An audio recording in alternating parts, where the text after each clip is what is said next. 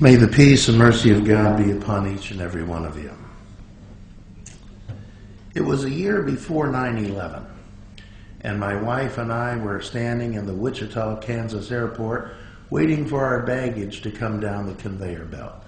She was standing there with her hijab and her abaya, and of course I was standing there with my rather long, unruly beard.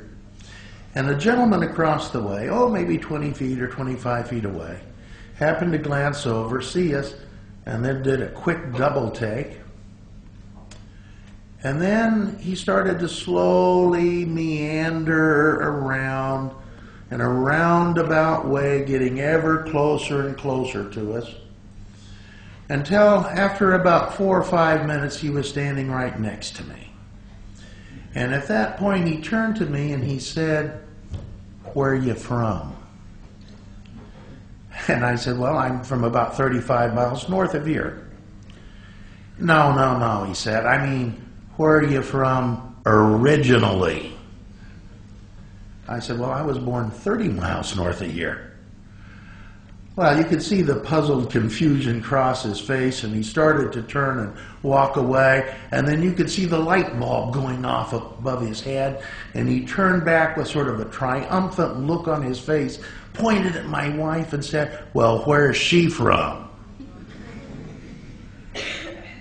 And I said, "Well, she was born 40 miles north of here." And at that, he just shook his head and walked away. I trust you see what was going on. He had correctly identified my wife and me as being Muslims. And having done that, he immediately wanted to rob us of our American identity and our American heritage. It was as though if you're a Muslim, you can't possibly be an American, especially not a natural-born American. Unfortunately, in America, there is an extremely prevalent myth that Muslims first arrived on the shores of America sometime in the latter half of the 20th century. This is a myth that's believed by almost all non-Muslim Americans, and unfortunately also believed by many Muslims who are Americans. The reality is, however, far, far different from that myth. The reality is that we Muslims have been in America all along. We Muslims were in America well before the latter half of the 20th century. We Muslims helped to tame and settle the American Wild West in the latter half of the 19th century during the era of cowboys and Indians. We Muslims fought to preserve the Union and the American Civil War between 1861 and 1865. We Muslims stood armed and ready to defend the American coastline from British invasion in the War of 1812. We Muslims fought to secure American independence from Great Britain and the American Revolutionary War beginning in 1776. We Muslims built the agricultural base of the American South before there ever was a United States of America. We Muslims explored the Americas in the 16th century with the Spanish conquistadors. We Muslims were there with Columbus in 1492 when he supposedly discovered America. And yes, we Muslims were there long before Columbus was even born. Let me give you a few examples to substantiate each one of those propositions. To begin with, let's look at Muslims in America before Columbus. And at this point, I have to acknowledge Brother Abdullah Hakim Quick, who's sitting here in the first row, who is the person who's done much of the primary research in this area. So I am indebted, brother.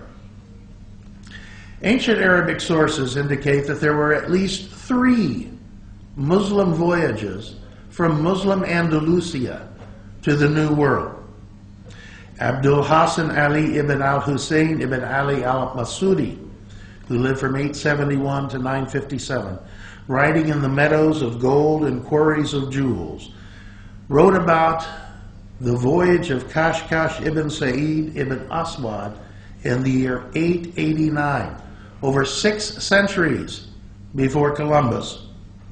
According to the account, Ibn Aswad sailed west with a Muslim crew from Delba, the same port from which Columbus would later sail some 6 centuries later. He found a new world and returned with wealth and booty from across the Atlantic. Approximately 1 century later, Abu Bakr ibn Umar al-Qatiyya reported that Ibn Farouk, in the year 999, sailed west across the Atlantic, landing in the Canary Islands in February of that year, and then continuing west until discovering 2 islands, presumably in the Caribbean, which he named Capraria and Pluitana. He returned to Spain in May of 999. And Al-Idrisi, the famous Muslim cartographer and advisor to the king of Sicily, wrote in his Excursions of the Longing Ones and Crossing Horizons about a group of 8 Muslim sailors who sailed west from what is today Lisbon, Portugal, sailing west across the Atlantic, and they sailed for 31 days before they landed on an unknown island and were captured and held prisoner by American Indians for 3 days. On the 4th day, stop and think about this now. On the 4th day, a translator arrived who spoke Arabic and arranged for their release. Obviously, there had been a great deal of sustained contact, quite possibly from Muslim West Africa at that point, for an American Indian to have become fluent enough in Arabic to been able to serve as translator. Anyway, he arranged for their release, and they returned safely to Andalusia. But it wasn't just from Muslim Andalusia that the Muslims were in the New World long before Columbus.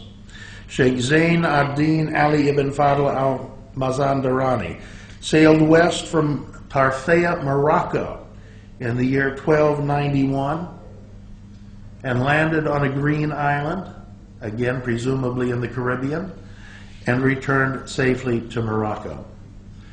But perhaps the most impressive of all the Muslim voyages to the New World, which we can today document, concern the Mandinka of West Africa.